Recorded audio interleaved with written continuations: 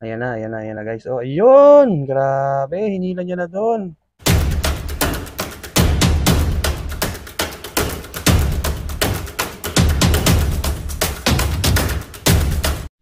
So, welcome back guys dito sa ating channel. Kumusta kayong lahat? So, sana okay lang kayo. So, for today's video guys, nabitin ako dun sa feeding video natin Ito sa huling huling vlog natin. So, ngayon, itutuloy natin yung feeding video natin.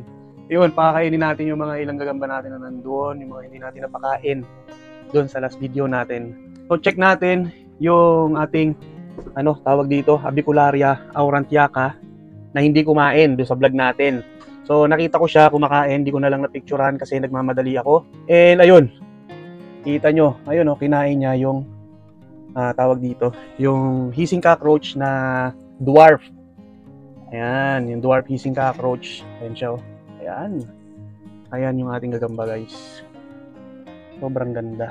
So ayan, kinain niya. So kita nyo naman guys, ubos. So ito yung hindi niya kinain nung pinakain natin siya. May nakita pa ako dito Ano ba ito? Nagkainan niya yata ito nung nakaraan. Ayan. So ayan guys, dapat tinatanggal natin itong mga ganitong tira-tira para hindi na siya bahayan o puntahan ng mga insekto, para hindi tubuan ng tawag doon, yung molds. So ayun, dapat tinatanggal natin yon para hindi natubuan ng mga molds o ng amag. Ito din naman yung isang purpose ng ating mga tawag dito. Ayan, yung mga isopods, yung maliliit na isopods. So yun yung trabaho nila, yung kumain ng mga tira-tira, mga leftovers. Ayan, hindi pa natin nalalagyan yung mga natin, mga enclosure na iba. So dapat gagamitin natin yan. Tsaka yung natin, yung mga springtails na nabili natin. So ano pa ba yung hindi kumain nun? Ito yung ating GBB. Ayan. Yung chromatopelma natin na adult female, yung mated. Diba pumasok dun sa loob. Pumasok dito yung ipis. Ayun guys. Ayun. Nakita ko kinakain din niya. Ang hirap pag one hand lang guys. Kasi isang kamay lang gamit ko. Dahil yung isa nagbibideo, yung isa humahawak. Ayan. So ito yung dwarf hissing cockroach na binigay natin sa kanya, yung pumasok doon sa loob. So ayan, inubos din niya. Ayan So ibig sabihin, gutom din siya. Wala lang siya sa mood and medyo lang siya nun, medyo nagtatantrums. Diba? Nag-threat po siya sa atin. So ayan guys, itutuloy na natin yung ating feeding. At saka guys, meron pala akong gustong linawin tungkol sa feeders na binibigay ko. Okay, so tara.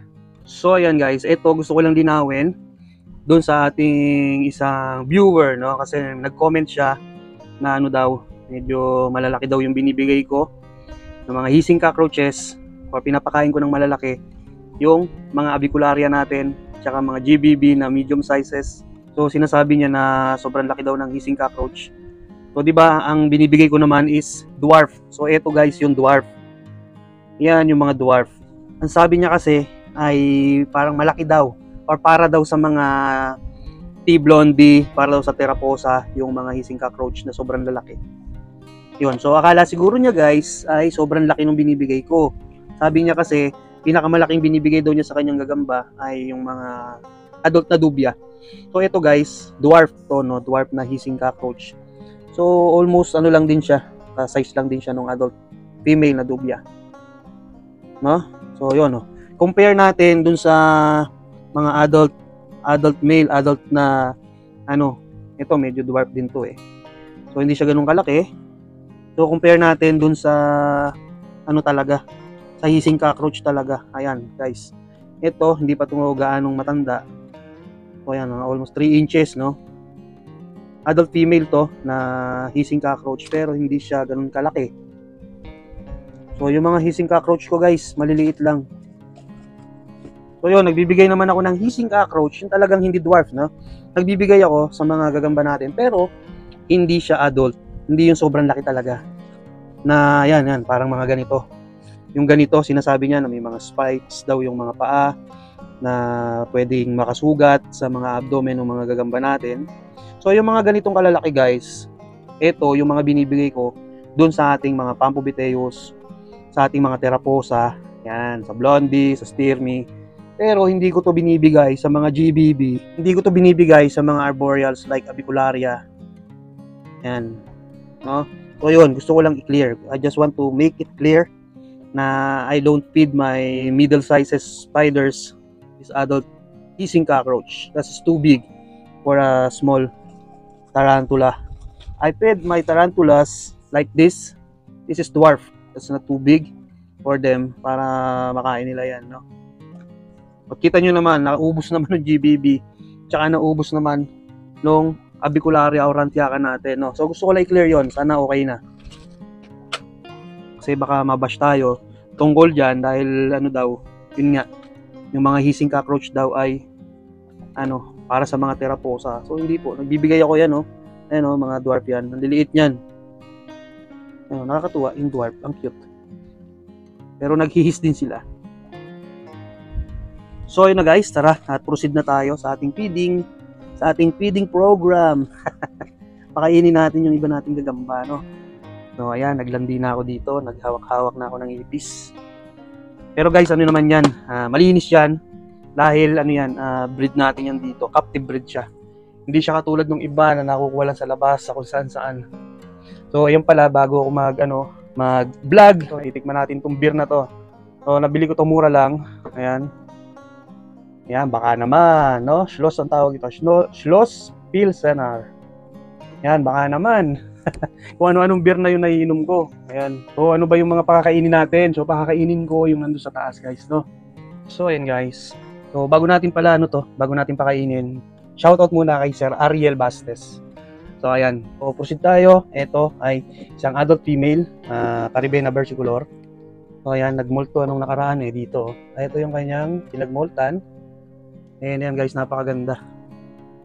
So bibigyan natin siya ng pagkain syempre. Galing ha? So ayan guys, hissing cockroach to pero juvenile, no? So yan, siguro naman hindi ito masasaktan dyan. Ayun! Oh, grabe. Dinambahan niya guys. Dinambahan niya. Napakasimple ng ano, no? Take down pero astig. Tingnan nyo guys, sobrang ganda ng kulay niya. And yun, hindi ganun kalaki yung abdomen niya kasi nga halos kakamolt na lang. Ayan, Caribena versicolor. So ito palang Caribena versicolor guys, ay kailangan na rin nila ng mga sites, yung papers na nagpapatunay na ito ay captive bred at hindi ini-import kung saan. Ayan, hindi ko alam kung bakit. Dati okay lang naman Ngayon, kailangan na ng mga ganun papers. So dapat yung mga nagkikip ng ganito dito sa Europe, dapat meron na silang mga sites. Yan. Ganda no? Ganda ng kulay. And yun, syempre, hindi natin kakalimutan yung tubig. Ayan. So actually, medyo moist pa naman yung ano niya. Kasi minist ko to nung nakaraan. Ayan. So, dagdagan na lang natin ng water. Yung kanyang water dish. Ayan. Hanggang yan. Pakinggan. Panoorin nyo to guys. Ayan yung sobrang ganda. So yung next natin guys, adult female Iberapora Sooretama. Yan Ito yung kanyang enclosure and andun siya sa kanyang hide, sa kanyang tunnel na ginawa guys, no? Gumawa siya ng tunnel, ayun pailalim. Yan. So hindi ko alam kung lalabas ba to o kakain siya. Kasi ayun, ganun yung loob. Taklob na taklob din ng sapot, no? So bale itong Sooretama na to ay mated siya last year pa. August 21, 2022 siya mated. So hanggang ngayon hindi pa siya nag-drop guys, no. Ayan. So subukan natin bigyan ng bigyan natin siya ng pagkain syempre Ayan. Oh, ayan Kanina ko pa 'to pinalalabas. Ayaw niyang lumabas, guys. Hindi ko alam kung lalabas pa siya talaga kasi kanina sinusungkit ko, pinapalabas ko nung natin, yung stick natin. Kaso pinipitik-pitik niya lang yung yung stick. Yan. So hindi ko alam kung pre-molt na to. Sobrang tagal na pagkakamate sa kanya and until now no result. Yun. So ayan medyo bus na yung tubig niya. Hindi pala medyo, talagang wala na. So yun, palulusutin ko na lang to guys. Ayun, nakto. Yan. Ayan, palusutin na lang natin siya kasi hindi ko sure kung kakain to. Ayaw lumabas kanina pa guys. Ayan, pasok, dali. Lakad. So, kung ano siya, kung pre-molt siya, okay lang. At least, buhay siya. Ang mahalaga ay buhay. So, tubigan lang natin konti, then okay na. So, hindi siya masyado naglalabas eh. Minsan lang, tapos napaka-skittish niya guys. Sobra. Kapag ginalaw mo itong enclosure niya, napasok na kagad siya dun sa kanyang dito, sa tunnel. So, wala tayong chance para makita siya ng maganda at maayos. So, yun lang. Next na lang tayo, no?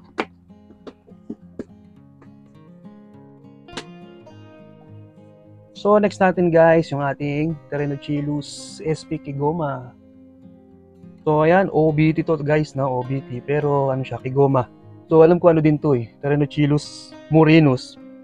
Yun, kaso, ang ginawa na lang is Terenocilus sp. Kigoma. Yan, parang ano lang din to, yung typical color form yata to. So, asan na ba siya? Ayun! Gutom yata to guys, oh. Ayun na kagad siya, oh. Kita nyo, yung paa.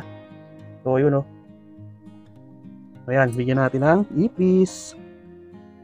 Ayan guys, so meron tayo nitong male na medyo inaano natin, tinitipid-tipid pa natin. Kasi hindi ko sure kung adult female na to. Pero medyo malaki-laki na siya. Ayan na guys. So, ayun! Grabe, hinila niya na doon. Hindi na lumabas. Ayun, pero astig kasi nakita natin yung pagkaka-ano niya. Pagkaka-take down niya guys, no? Ang angas din eh. So, ayan. Ayan na. Tubigan na lang natin to. Baka tubigan pa ng iba. So, ayan guys, no, pagod ako galing trabaho. Kaya, kapag ganito na wala na akong gagawin sa gabi, ito, nagre-relax na lang ako. At, ayan. Time check pala. Mag 8 PM na dito. Ayan. So, yun. Bago ako matulog, check ko muna itong mga gagamba. Then, vlog tayo ng konti. Tapos yan, pakapakain. And, inom tayo ng beer syempre konti, no? Ayan, oh. Yun ulit. Schloss, baka naman. So, ayan guys, no? Tagay muna tayo para sa tagumpay. Yun.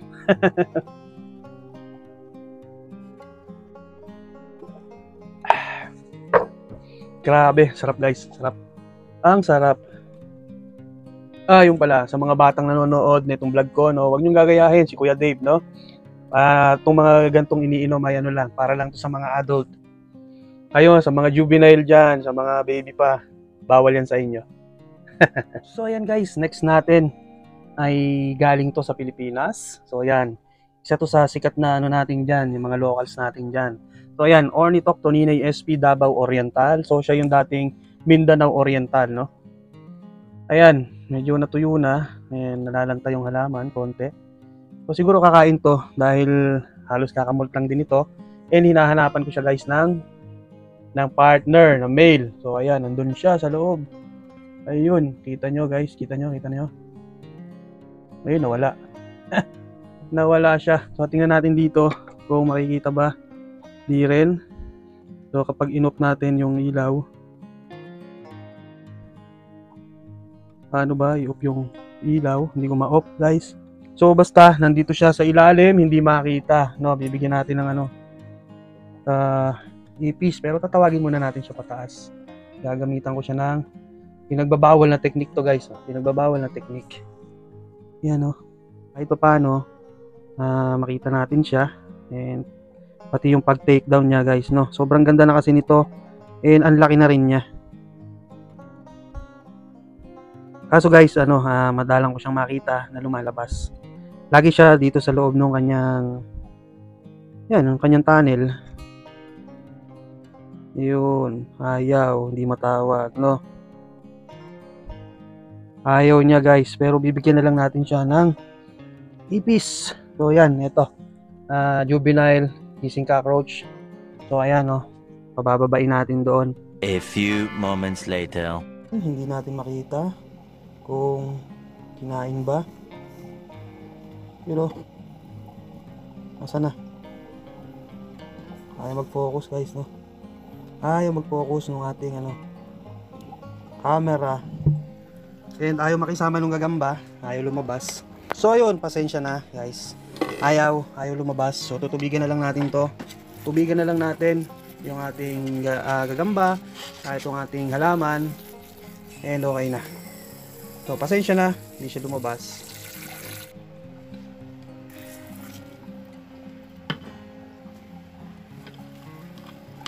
So ayan. So sa gabi siya kapag walang tao, active na active siya guys.